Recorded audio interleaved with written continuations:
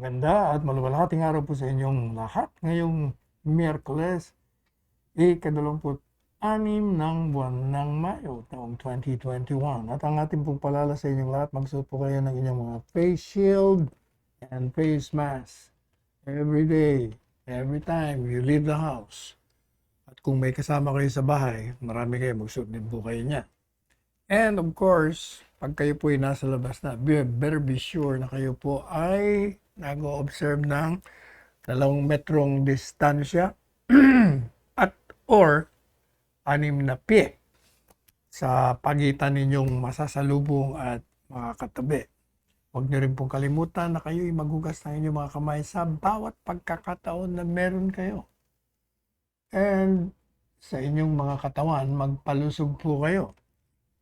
Kumain kayo ng maraming masustansyang pagkain, ng gulay, ng prutas, uminom ng maraming tubig, mag-ehersisyo sa umaga, magpainit ng morning sun for your vitamin D, and matulog ho kayo ng kahit na 8 oras sa bawat araw.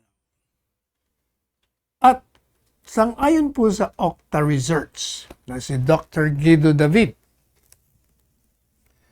ang pamahalaan daw ay maaring ikonsidera yung pagbabago ng estado ng kwarantina o quarantine. Dito po sa National Capital Region, kasama na ang Bulacan, Cavite, Laguna at Rizal. Sapagkat pwede na raw mula sa high risk o mataas na panganib, pwedeng ibaba sa moderate risk. Mababa lamang ang panganib. Sapagkat daw sa nakalipas na linggo, yung pong average natin ng 7 araw sa mga bagong kaso ng COVID-19, ito'y bumaba na ng 1,100, even less. Mas mababa pa sa 1,100. At yung pong positivity rate natin, bagsak na sa 10%. At ito'y first time nating nakita itong 10% positivity rate sa NCR. At ang reproduction number ay 0.07. Kaya ito daw pong mga kalakaran na ito ay nagpapakita na maganda ang hinaharap natin. At naniniwala po sila, yung Octa Research, na yung pamahalaan talagang i-consider na yung pagluwag ng mga striktong restriction sa pagbabawal sa NCR. Although, syempre, nakatutok pa rin tayo dun sa mga maaring mga mapanganib na kalakaran. Hindi naman ho nire-recommenda daw nila yung tahasang pagluluwag ng lahat ng pagbabawal ng sabay-sabay. Pero sabi ni Dr. David, habang ang sitwasyon sa NCR ay nag-i-improve, nakapansin naman siya ng pagtaas ng mga COVID-19 cases sa local government units. Hindi ba nabanggit natin sa inyo, kahapon ba yun, the other day? Kahapon. Nandiyan sa Negros, umakyat. Kaya nga gusto nila doon ay ECQ, Enhanced Community Quarantine. Sabi ng Octa Research, itong mga nakaraang linggo, nung tayo ay umaakyat dito sa NCR plus yung bubbles, yung 10 LGU, merong nakuha nila yung mataas na bilang ng mga kaso ng COVID. At yun na 10 dito sa NCR. Pero ngayon, 5 na lamang sa NCR.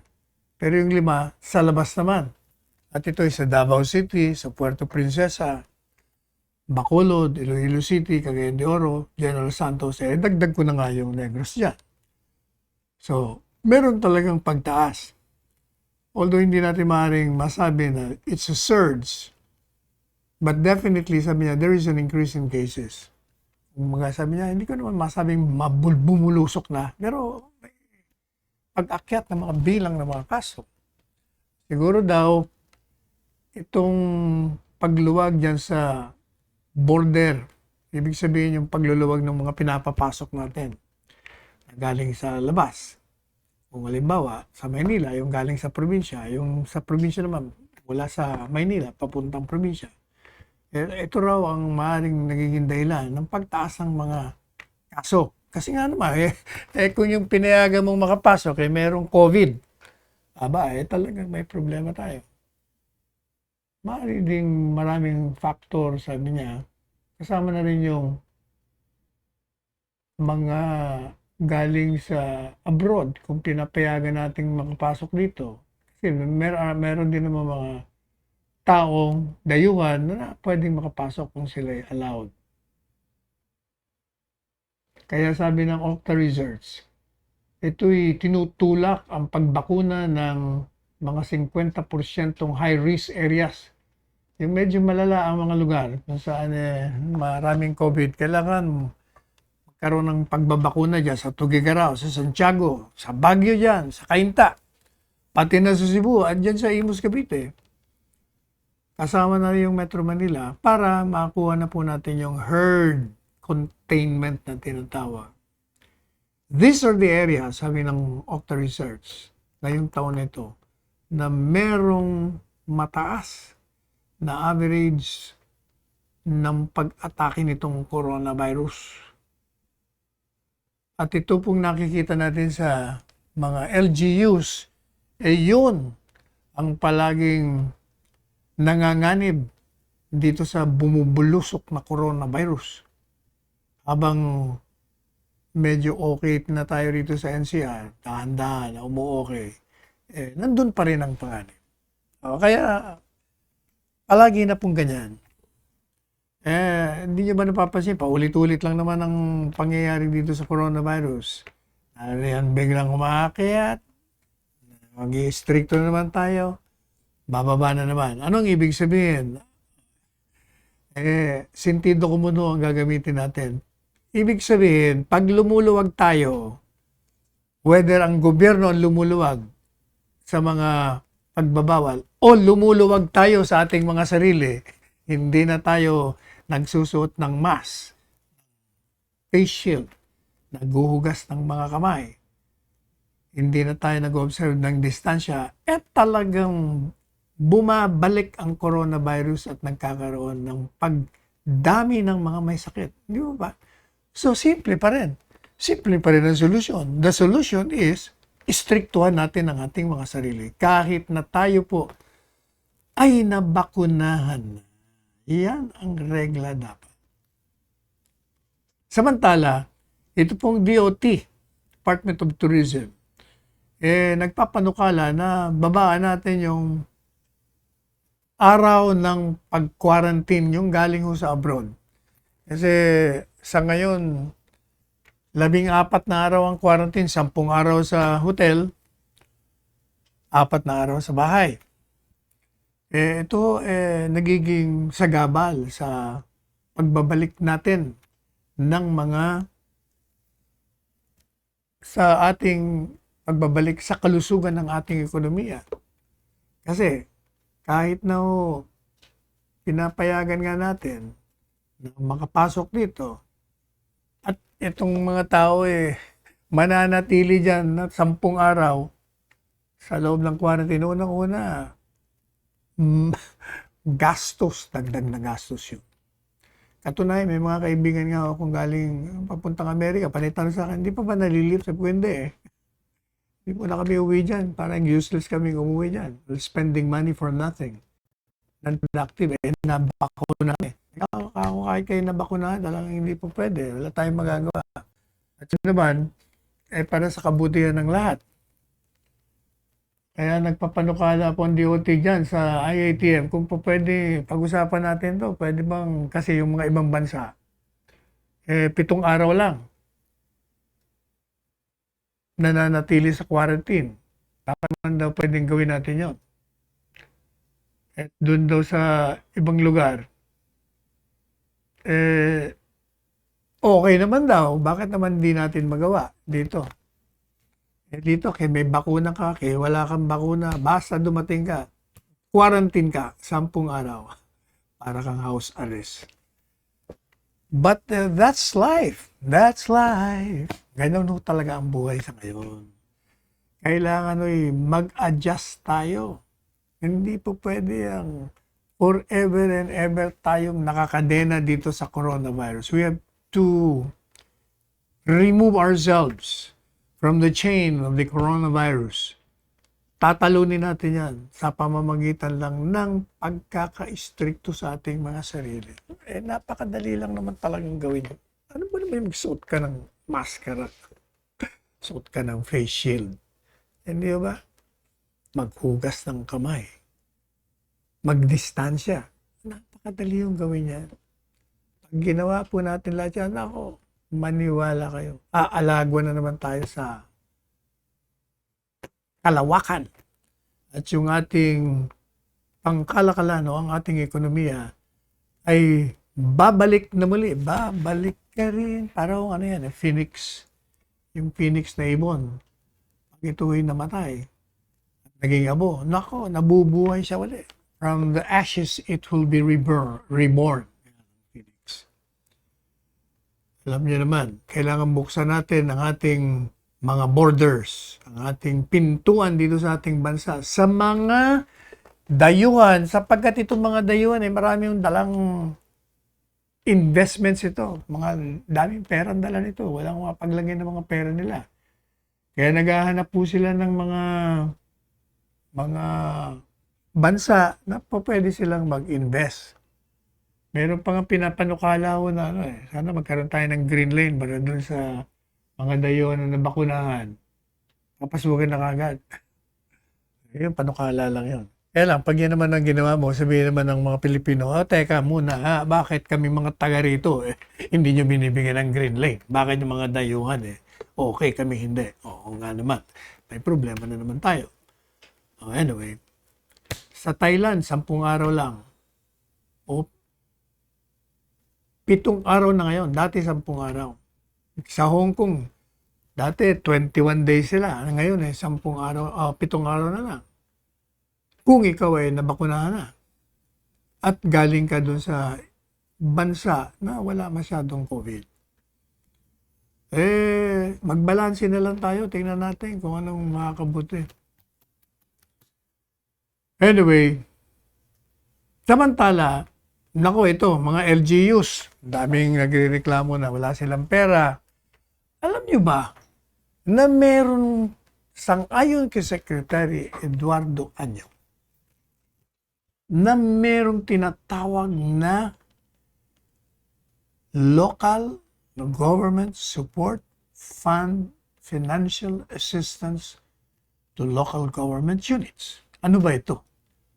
Ito ay pondo para sa mga local governments, para sa inyong lokal na infrastructure program, yung mga development projects niya. At ang gagawin nyo lang, magsusumiti po kayo ng mga documentary requirements. At meron tayong araw na pwede lang yung isahumiti ito. Ngayon, pwede na hanggang June 30 ng taong ito. At sabi ni Secretary Ed Anyo, nakalaan talaga para sa inyo ang pondong ito. Kaya samantalahin na ninyo ang pagkakataon para magsimula ang pagpapatupad ng mahalagang proyekto at pagbangon ng ekonomiya. Huwag nyo nang antayin yung Mandanas Doctrine na yun ang palaging tinatanong sa atin. Ano yan doon sa Mandanas Doctrine na sabi ng Korte Suprema, pamalaan, marami kang utang sa LGUs. Bigay mo na yan. Hindi naman po pwede. Laki, trillion yata yun, bilyon-bilyon. Baka naman mawala na ng revenue.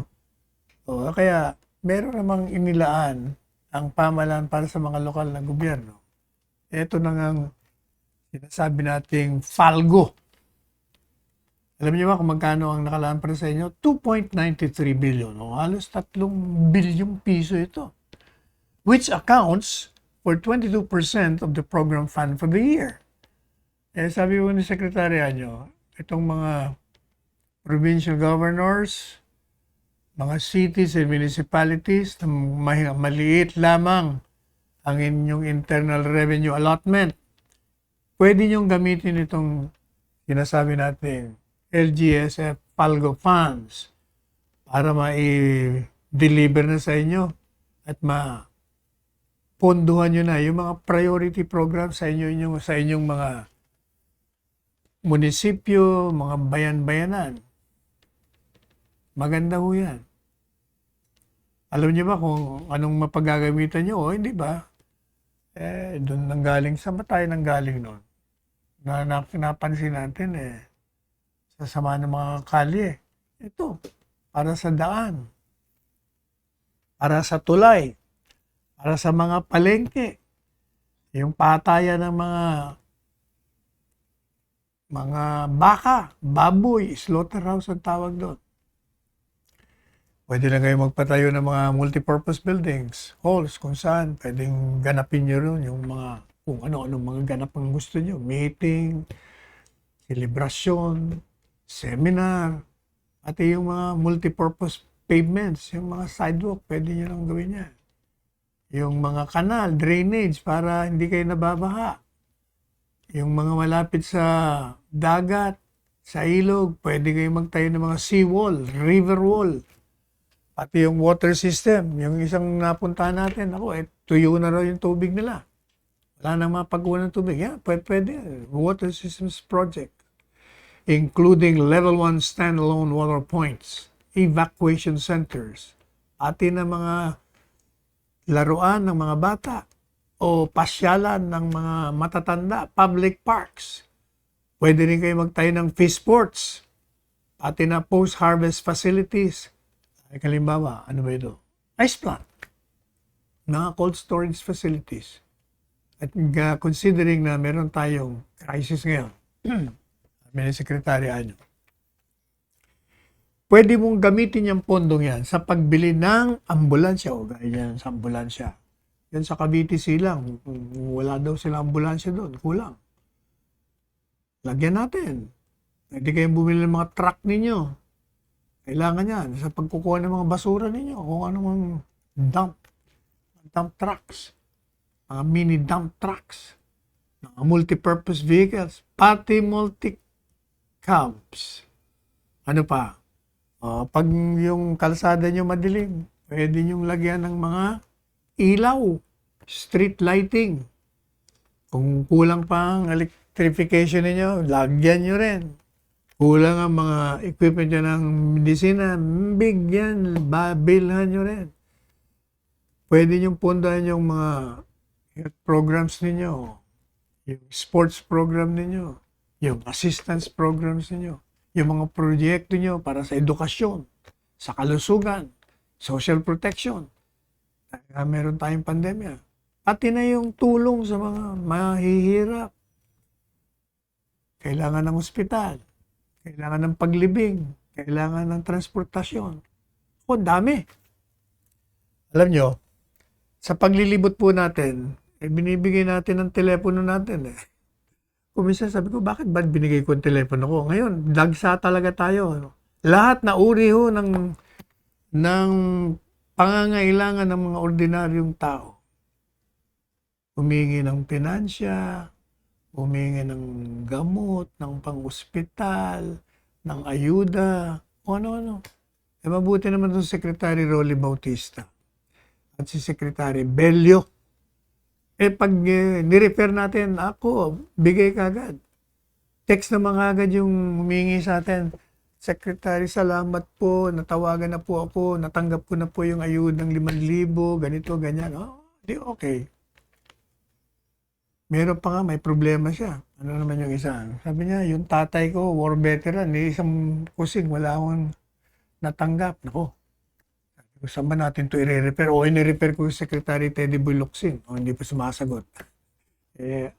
Abroad Amerika ang involved. So, war veteran daw Ibig sabihin veterano siya nung labanan ng Hapon, panahon ng Japanese war occupation dito sa Maynila, sa Pilipinas. Anyway, teka muna, magpahinga tayo. Mukhang Kanina pa ako nagsasalita, wala pa tayong salabat. Magtitimpla muna tayo. Balikan po natin ngayon.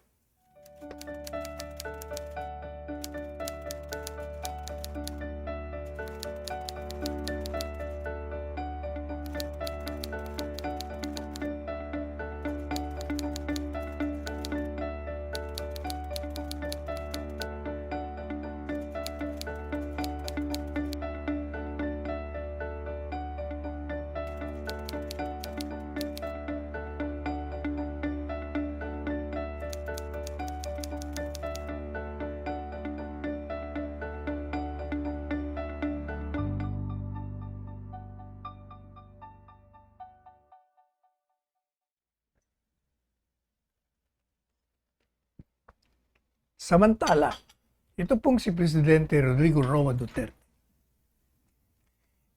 nagpalabas po ng isang executive order na minamandato ang madalian at harmonize humanitarian assistance, yung pong assistance, pagtulong sa panahon ng kalamidad at mga emerhensiya upang mapabilis at magandang pagbabahagi ng mga binibigay nating programang proteksyon at serbisyo sa sambayanan. At sa ilalim po ng Executive Order number 137 na pinirmahan ho nitong nakaraang, ano ba ngayon, 26? 27? 3 days ago, 24, pinirma ni Presidente. At sinabi po ni Presidente, ang tungkulin ng pamahalaan ay magbigay ng epektibo, integrado, at fiscally responsible aid and humanitarian support sa sambayanang Pilipino sa panahon ng emerhensiya at sa panahon ng disaster as a critical component of recovery and rebuilding efforts. So ito, mga kritiko, alam nyo, ito yung dapat na tinitingnan ninyo. Na si Presidente, pag nakasilip ng espasyo kung saan maaari siyang magpalabas sa mga executive order o mga kautusan, natutugon sa mga pangangailangan ng mga kababayan natin, whether ito'y sa normal o sa panahon ng emerhensiya, ginagawa niya. Kayo naman, wala man lang kayong nakikita. Puro kayo puna. Hindi nyo makita ang mga ginagawa ni Presidente. Alam niyo ba rito sa Executive Order 137? Kasama ho rito yung pagbibigay ng pagkain, kahit na hindi pagkain, livelihood assistance, tulong sa edukasyon, tulong sa paglilibing, sa transportasyon, pagkuha mo ng trabaho, pati na sa kalusugan nyo, kung may kapansanan kayo. Kasama na rito yung direct financial assistance and infrastructure for preparedness and rehabilitation phase. Itong kautusan na ito, sinasabi sa lahat ng ahensya, kailangan kayo preparado na at kailangan talagang adequate, immediate at appropriate yung mga pagtugon na ginagawa natin. Mabilisan. Hindi pa pwedeng babagal-bagal dito. At saka hindi pwedeng mga red tape dito. Ayan naman ang sinasabi ni Presidente. Samantala, sabi naman po ni Secretary Sonny Dominguez ng Finance, marami daw reforma na inisyatibo tinutulak ng Administrasyong Duterte para mapalalim pa ang capital markets natin at yung ating ekonomiya ay bumangon at maging malakas, maging resilient na parang bamboo kahit na anong dating ng unos ng bagyo. Kita niyo yung kawayan. Kung saan yung hangin, gumagano lang, sumusunod lang siya. At bumabalik siya pag wala na. Ganyan naman Pilipino. Resilient. At Sabi po ni Secretary Dominguez, itong mga reforma ito, talagang layunin nito, magkaroon ng malawak at inclusive na financial system na nababagay dito sa 21st century. Kasama na ho daw dito yung panukalang Capital Market Development Act. At yung sisimplihan mo na lang yung pagbubuwis o taxation ng mga passive income in financial services transaction. Sabi ni Secretary Dominguez, habang itong mga reforma ito, ay kailangan padaanin mo sa Kongreso. Pero ang Department of Finance, ang Capital Market Development Council, ay na siya ho ang chairman dito, nag-inisya ng maraming mga mehora sa parte nila para itong mga prosesong binabanggit natin sa inyo maging episyente at bukas sa lahat ng mga bond issuers and retail investors habang wala pa yung mga batas na ipapasa ng Kongreso. Ito na pong Proposed Capital Market Development Act na ngayon ay nakabinbin sa Kongreso. Ito ay naglalayo na mag-develop ng isang sustainable corporate pension system para daw masiguro yung kinabukasan ng mga manggagawang Pilipino at ng kanilang pamilya habang merong mga kapital na papasok at maaaring gamitin sa parte ng financial sector para mapalago natin yung ating ekonomiya. Isa pang priority measure na sinasabi ng Kongreso na nilalabi nila sa Kongreso, ipasa yung panukalang batas na simplihan na lang natin yung pagbubuwis, yung taxation ng passive income and financial intermediaries. The proposal to reduce the number of combinations of tax bases and rates in the financial sector from 80 to about 40. O madalit sabi, malalim pa yung mga sa English na hindi natin maintindihan, di ba? Sa madalit sabi, gagawin po ng pamahalaan, sisimplihan na lang yung pagbubuwis. Gagawin nila yung hindi nakakabigat sa balikat ng ordinaryong mamamayan. Mas magaan, pero malawak, mabilis, at profitable sa gobyerno sa parte rin ng mga nagbabayad sa taxpayer. O yan o. Sa madalit sabi, yun lang ang punot dulo nun. Kung babasahin mo kasi itong mga malulula ka. Kung ano-anong sinasabi, hindi natin maintindihan. Mga digitalization, ganun lang o kasimple yun. O anyway, teka, salamat break muna ho tayo. Balikan po natin ngayon.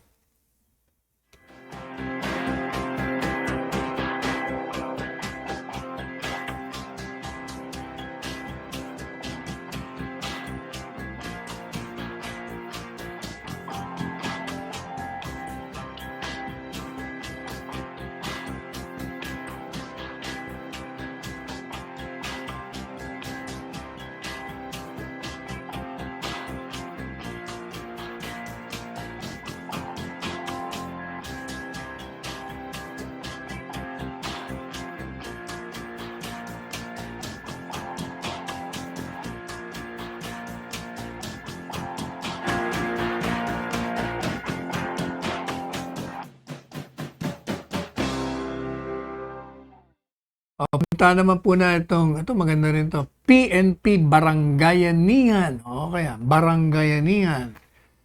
Taken from the root word barangay and bayanihan, kinumbine, naging Barangayanihan. Masters Stakeholder Support. Ito, proyekto naman ito ni PNP Chief General Guillermo Ilizar. Nakasama natin ito sa Dumaguete ng isang araw. Saka fit na fit. Abay, akala ko sinong binatang naka-uniforme Pareho ni General Subiano. Pareho sila fit. At sa ngayon po kay General Ilizar, nagbigay siya ng pasasalamat para dun po sa sunod-sunod na pagbibigay ng suporta ng galing sa mga ibang local government units, pati yung mga iba-ibang ahensya na tumugon doon po sa kanilang humanitarian drive para doon sa mga pamilya na apektado ng health crisis. Madalit sabi, itong programang ito, ginagawa po ng PNP para makatulong, makaayuda. The same concept po ng community pantry na sabi ko nga sa inyo, hindi naman original ang community pantry. Matagal nang ginagawa yan. Panahon pa yata ni Magsaysay, ginagawa na yan. Kung baga, yung mga nakakaraos, yung may mga perang sobra, o kahit na nga hindi sobra pag nakita mo, ito, sapat na ito sa akin, bigay ko naman sa iba. Yun ang concept, kung baga, yung charity, kawang gawa, pagmamahal sa kapwa, anong tawag doon? You put that into action. Isinasagawa natin. Hindi lang salita. Yan ang ginagawa ngayon ng PNP. Sumama na rin sila at mapalad ang PNP, sabi niya. Dahil maraming sumusuporta sa kanilang proyekto na ang tanging layunin ay matulungan ang ating mga kababayan sa panahon ng pandemya. Kaya naman, sabi ni General Elizar, lubos po akong nagpapasalamat sa mga tumulong, mga ahensya ng gobyerno, mga tao na walang sawang tumutulong sa PNP sa pagsuporta sa kanilang intensified cleanliness policy. Sa ganitong pagkakataon, makikita talaga natin ang napakagandang ugali ng mga Pilipino. Tama ka dyan, General. Ang pagkamatulungin at ang pagtataguyod sa kultura ng bayanihan sa panahon ng kagipitan. At alam po ninyo, yung kanyang kabiyak na si Mrs. Rosalie Hernandez Salazar ng PNP Officers Ladies Club ang nangunguna rito. At siya'y nakipag-ugnayan sa Soroptimist International at ako ang Saklay Incorporated. Kung saan, tumatanggap po ng mga generous donation to. At ito'y binabahagi nila doon sa Community Affairs and Development Group ng PNP. Di ba maganda po yan? PNP Barangayanihan Program. Nilunsad po ito noong May 14. At ito para suportahan yung ICP project na magbibigay ng dagdag na ayuda, dagdag na suporta sa pamamagitan ng pagkakaisa ng lahat ng mga tumutulong sa komunidad para sa pangkalatang kapakinabangan dyan sa barangay level.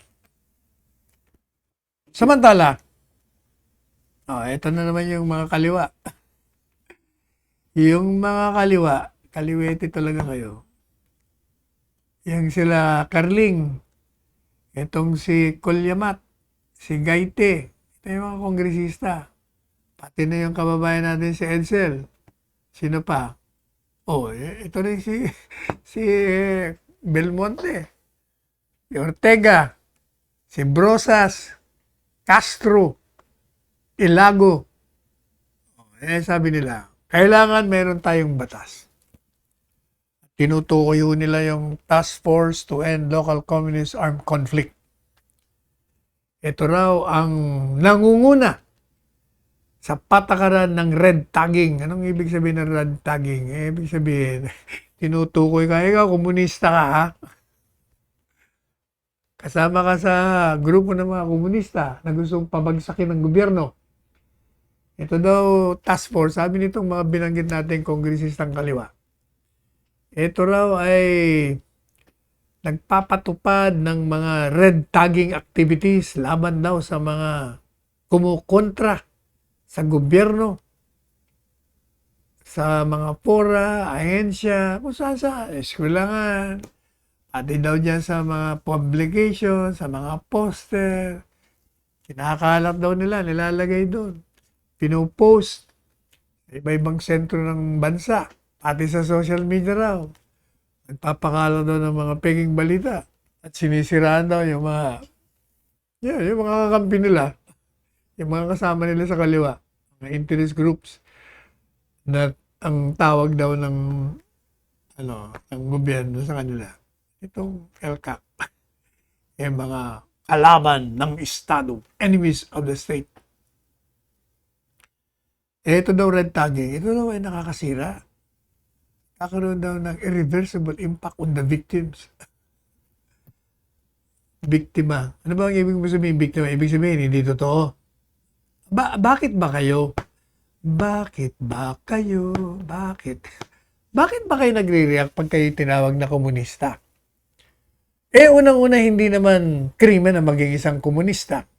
Kasi yung batas na maging miyembro ka lang ng komunismo, grupo, isang krimen na wala, matagal na tinanggal yun. Ano bang masama kung sa pananaw ninyo maganda yung komunismo?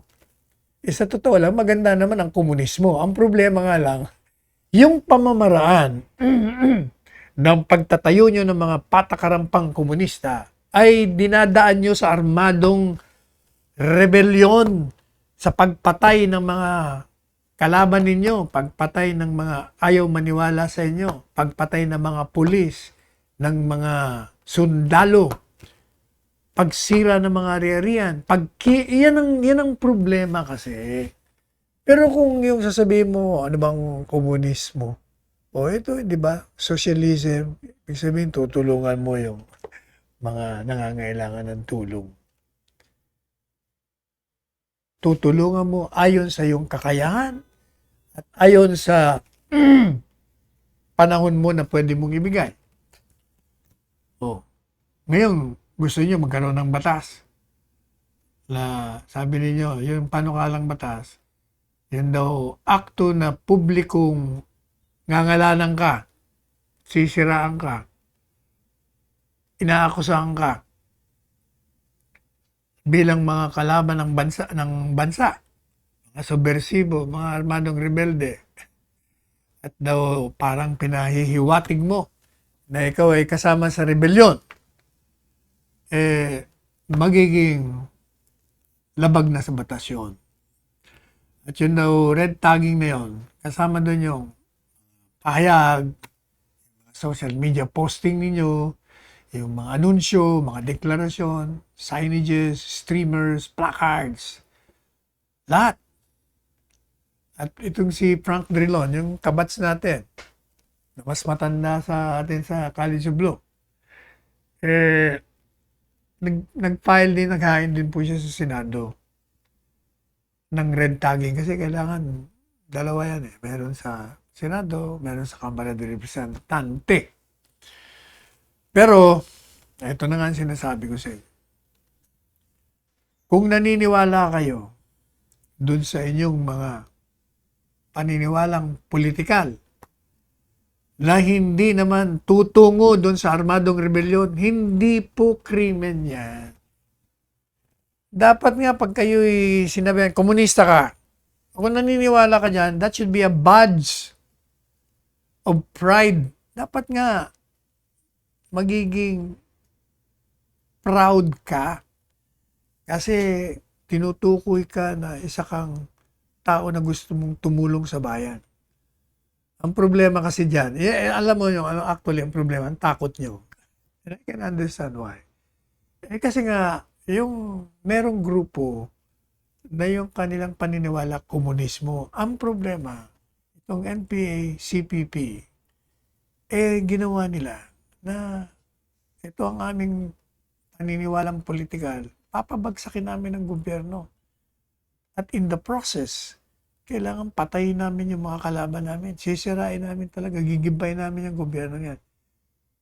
Yun ang naging problema. Nandun kayo, doon kayo kumakampi. Paano na? Hindi lamang kayo kumakampi. Kung hindi mismo yung nangunguna na komunistang rebelde na sinasabi nilang yun, ang talagang leader, ginangalanan yung mga grupo nyo, nakasama daw niya. At ito daw ang kanyang mga legal fronts. Paano na? So, masisisi mo ba ngayon pamala? Kung sabihin nyo, ikaw, komunista ka at nakaalay ka dun. Di ba? Problema sa inyo Kailangan. Kung naniniwala kayo, maganda yung layunin ninyo, break away! Break away! Gumawa kayo ng sarili ninyong grupo na hindi kasama yung mga komunistang rebeldeng gustong pabagsakin ang pamahalaan. That's the best way. Hindi po ba? Ano ba susunod? Tanggalin mo na yung isang yan. Alam nyo, 84% ng LGUs ang kinondena na yung mga ginagawa ng Partido Komunista at ng New People's Army, National Democratic Front. At dineklara na po silang persona non grata. Kung baga hindi kayo welcome dito sa lugar namin. Yan po ang sabi ng DILG. Ito po yung kaugnay, kung matatandaan nyo nung kahapon ba yun, isang araw, na ibinigay na nitong PNP o DILG yung mga atrocities na ginagawa nitong mga rebelde. Ibinigay sa Commission on Human Rights. Sangayon sa kanila, iimbestigahan daw nila. Ano mga maintindihan, bakit ngayon lang ka mag-iimbestiga? Precisely, yun nga ang trabaho nyo eh. Hindi ba yung mga ginawa ng mga rebelding komunista, yun ay paglabag sa karapang pang tao. Yung papatay ka, papatayin mo. Sisirain mo mga ari-arian nila. Yung mga equipments, pag hindi nagbigay ng pera sa inyo, yung pangingikil nyo, sinisira nyo yung mga heavy equipments dyan sa mining company, dyan sa mga lugar na ilang, kung saan nandyan yung mga ibang companies, nagmamine, nagkakwari, kung ano-ano. O hindi po ba nilalabag nyo yung karapatang pangtao? Yung Commission on Human Rights, dapat, noon pa, matagal na ninyong alam yan. Iniimbestigahan nyo lang. Meron kayong narinig na, yung mga pulis, mga sundalo, may ginawa ganito. Pero yung kalaban ng Estado, na yun nga, kaya ka nga kalaban ng Estado, di ibig sabihin, lalabagin mo ang batas. O yun ang dapat ninyong concentrate. Kaya itong ginawa ng LGU, ito ay preba na ang mayoriya ng ating mga LGUs ay tumayo at nag-assert. At sinabi nilang, hindi kami papayag dyan sa mga grupong yan. Dinidenounce namin yan. Hindi na gumagalaw na naman. Ano pa? Kaya ito pong DILG, patuloy na umiikot.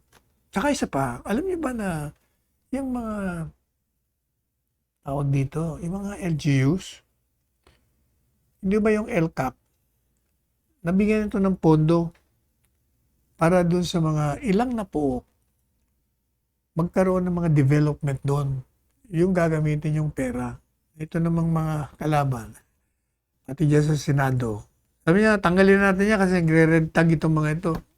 As if, yung pera dun sa LCAP, gagamitin sa red tagging. Yung red tagging na naman, magsasalita ka lang Wala namang investment po yun. Ano bang investment mo sa pagsalita? Wala namang perang involved dun Yung sabihin na, ayan, si ganito, ganyan. Komunista yan. Tapos gusto niyo tanggalin yung pondo. Precisely yung pondong yun, nakala nyo sa mga LGUs, mga development projects nila, para yung mga nahihikayat, naaakit ng mga komunistang rebelde, maibalik po natin. Hindi po ba? By the way, may nabalitaan tayong isang teenager na special child, na autistic. Alam nyo, yung puso ko dyan talagang meron tayong anak na special child, si Salvador Carlo III, na may Down syndrome. Katunayan, birthday niya nung May 24. 31 years old na sana siya. Namatay siya 4 years ago. Na meron nga tayong commitment para tribute natin sa anak natin. Magbibigay tayo, hindi magbibigay. Gusto nating lumikha ng isang pasilidad o facility para sa mga special children. Alam nyo, ang problema ng lahat ng magulang sa mga may special children, ang iba pa nga, nahihiya sila. Tinatago nila. Kasi pag special children, talagang mahirap pong alagaan. May sarili silang mundo at ang kanilang talino ay hindi yung ordinaryo, mas mababa. Kaya kailangan talaga matyaga ka. Kailangan talaga lahat ng 100% pag-ibig ang ibibigay mo dyan. Ang problema sa mga magulang, pag namatay po sila, sino ang mag-aalaga nitong mga special children? Habang totoo, may mga kapatid yan. May mga auntie, tita, tito. Iba ho ang pag-aalaga ng magulang dun sa kanilang mga anak. Kaya naisip ko, wala ho tayong facility. Meron special school for children. Pero yun ho bang pwede mong i-enroll yung anak mo dyan na bago ka umalis dito sa physical plane o bago ka mamatay. Alam mo na pag namatay ka, nandyan yung anak mo, aalagaan dyan, mga special people with special equipments, special tools, special knowledge to take care of them. O yan ang nasa isip natin. Nag-iisip ako dyan sa Tanay. Meron isang mabuting kalooban na isang artista. Meron daw siyang property dyan eh. Yung gusto niyang i-donate. Meron pa tayo isang kaibigan. Meron din dyan sa Hermosa. Baka bigyan din tayo ng isang lugar para itayo natin yung mga facilities. Kaya pag ang pinag-uusapan ng special children, pareho rin ni Presidente, apektado. Puso ni Presidente, napakababa niyan. Umiiyak ko yan. Pumupunta siya doon sa mga children with disabilities. Ako, lumuluha ko yan. Tumatalikod at nakikita mo yung luha niya. Awa siya. O kaya, ngayon may nabalitaan tayo, meron daw pinatay na 18 taong gulang na autistic. Abay, tinamaan ng kailangan. At pulis pa daw. Diyan sa Valenzuela. Aba, kailangan maimbestigahan mo ito. Hindi pa pwede. Hindi tayo papayag na special child eh. Naglaban daw. Teka muna, paano maglalaban tong special child na ito? Hindi naman marunong umawak to ng baril. Kailangan, so, tinatawagan natin si PNP General Ilezar. Aba, kailangan imbestigahan niya yan. General Ilezar. Yung 18-year-old na yan na autistic. Imbestigahan po natin yan. Meron pa tayong mga nabalitaan. Itong mga transgender daw. May natagpuan na patay. Meron pang isang patay. Kailangan talaga. Although sabi ni General Ilezar, mukhang nasolve na nila yung sa isang transgender. Naghain na raw sila ng demanda eh. Merong 3 suspects. Kaya, alam po ninyo, kailangan matigil lahat ito. Kaya tama itong ginagawa ni General Ilezar. Nagiging pursigido siya. Nalinisin yung mga rascals niya sa loob ng PNP at maging masigasig din siya sa pagtugis ng mga kriminal at bigyan ng solusyon lahat ng problemang nakahatang sa kanila. Pero mo, yung isang nakita ko, bulok na yung kanyang katawan. Si Ebeng Mayor ang pangalan niya, Ebeng Mayor. Natagpuan po siyang patay. Tapos na-mutilate pa. Pero niyo, ang ibig sabihin ng mutilation. Abay, pinagtatatanggal yung mga bahagi ng katawan niya. Hiniwa. Tapos ni-rape pa. Kasi nawawala ito ng 3 araw. Meron pang isa naman, yung isang transgender din, si G. Bangkiao. Natagpuang nakahubad. Diyan sa gitna ng sementeryo, yan sa Alang Leyte. O, meron nyo ito, pinaslang, brutally, mabangis ang pagkapatay nito. At ito, ilang araw lamang, pagkatapos na ipagdiwang International Day Against Homophobia, Biphobia, Interphobia, and Transphobia. So, kaya nakikiisa po tayo doon sa mga kontra dito. We have to do something about this. Palagay ko ito naman si PNP General Elizar. Talagang hindi po ito titigil hanggang hindi natin mahuli at mailagay sa hustisya at mabigyan ng katarungan naman itong na mga napatay pati na yung kanilang mga pamilya. Sabi nga ni General Elizar yan na idemanda na namin pero hanggat hindi yan na kukonvict, hindi pa tapos ang kaso. Kailangan talaga, justice should be served. Ilang minuto pa ba tayo?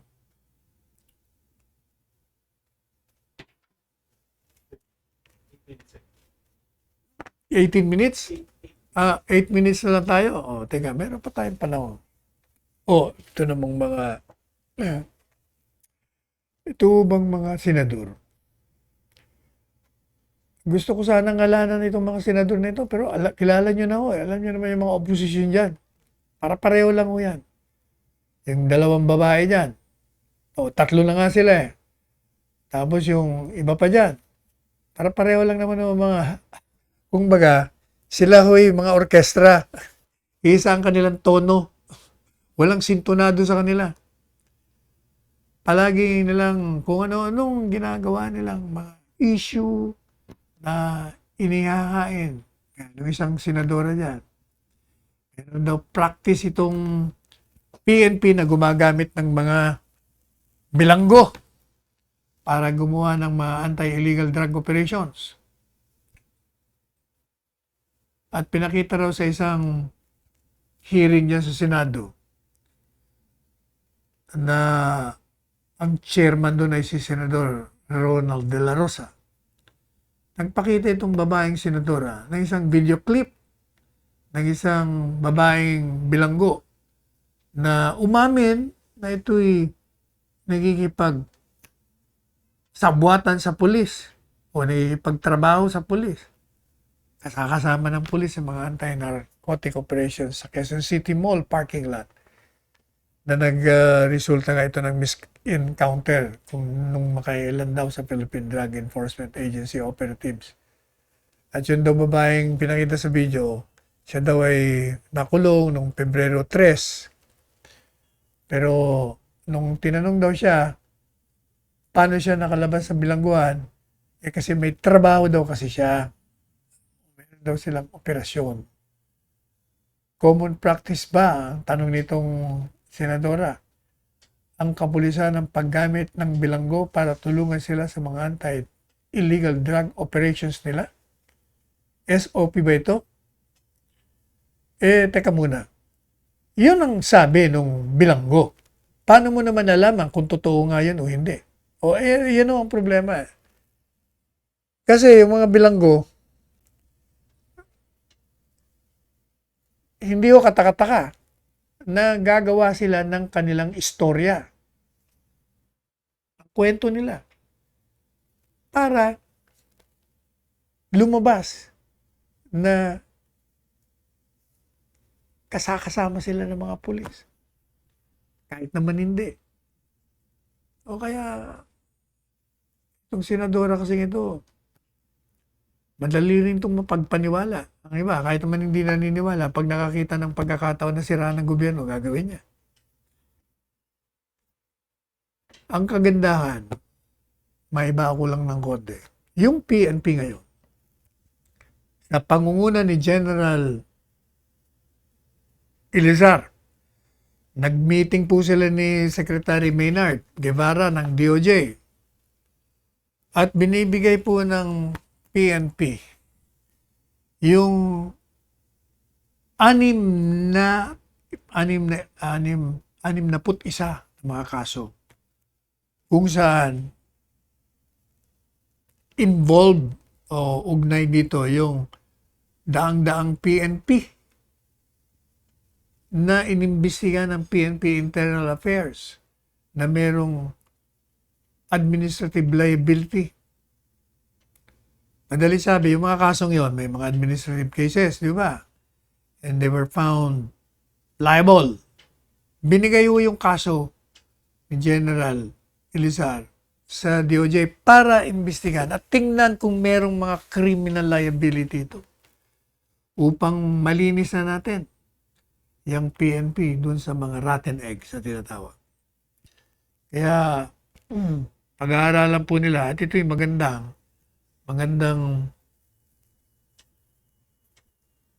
galaw ng PNP at the same time magandang development. Kasi doon natin makikita kung totoo yung mga paratang ng mga kritiko at mga human rights na itong mga pulis ginagamit yung palaging dahilan na naglaban tapos pinapatay nila. O hindi ba si Presidente ayaw yan? Ang sabi ni Presidente, poproteksyonan ko kayo kung sa panahon ng pag-aaresto ninyo, sa mga operasyon ninyo, ang ginawa nyo yung legal. Pero kung mag-abuso kayo ng inyong mga tungkulin, impyerno, dadala ko kayo sa impyerno, sabi ni Presidente. There will be hell to pay if you abuse. Sabi ni Presidente. Kaya tingnan natin kung anong mangyayari dito.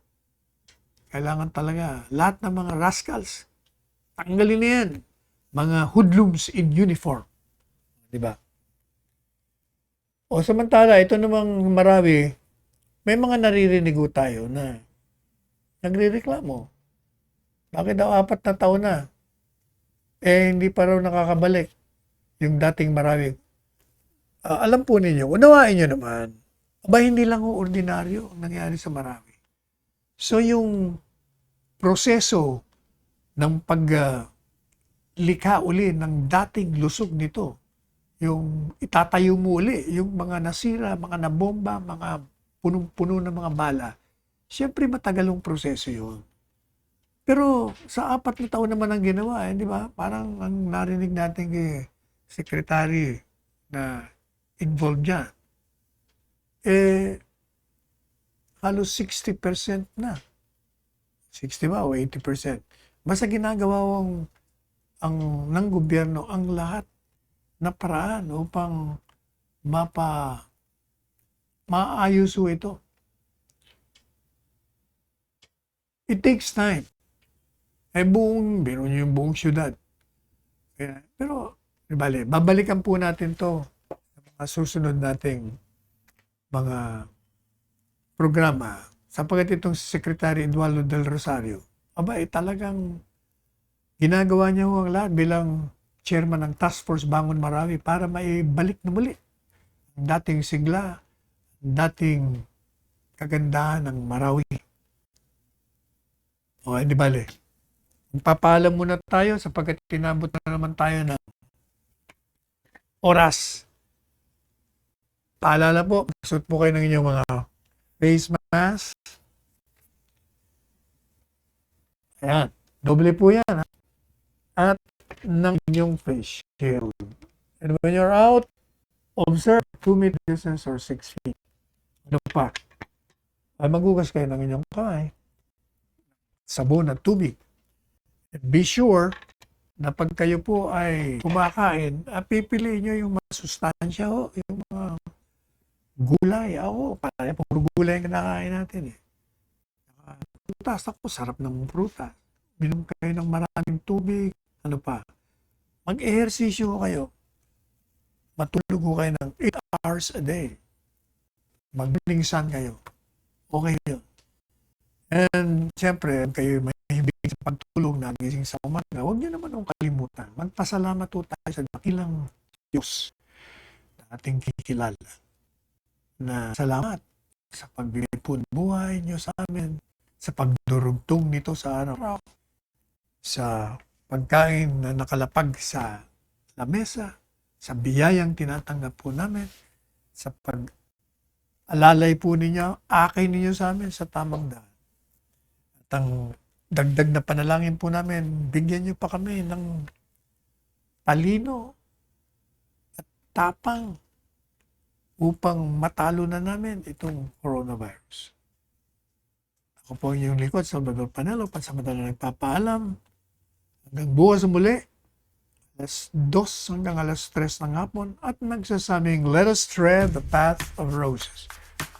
Let us go beyond the path of thorns. Magmahalan tayo and love you all. Mga kababayan, maswerte kayo si Panilo, magamit ninyo ang utak ni Panilo. Sayang. Gamitin natin. Make him whatever in the future. Marunong.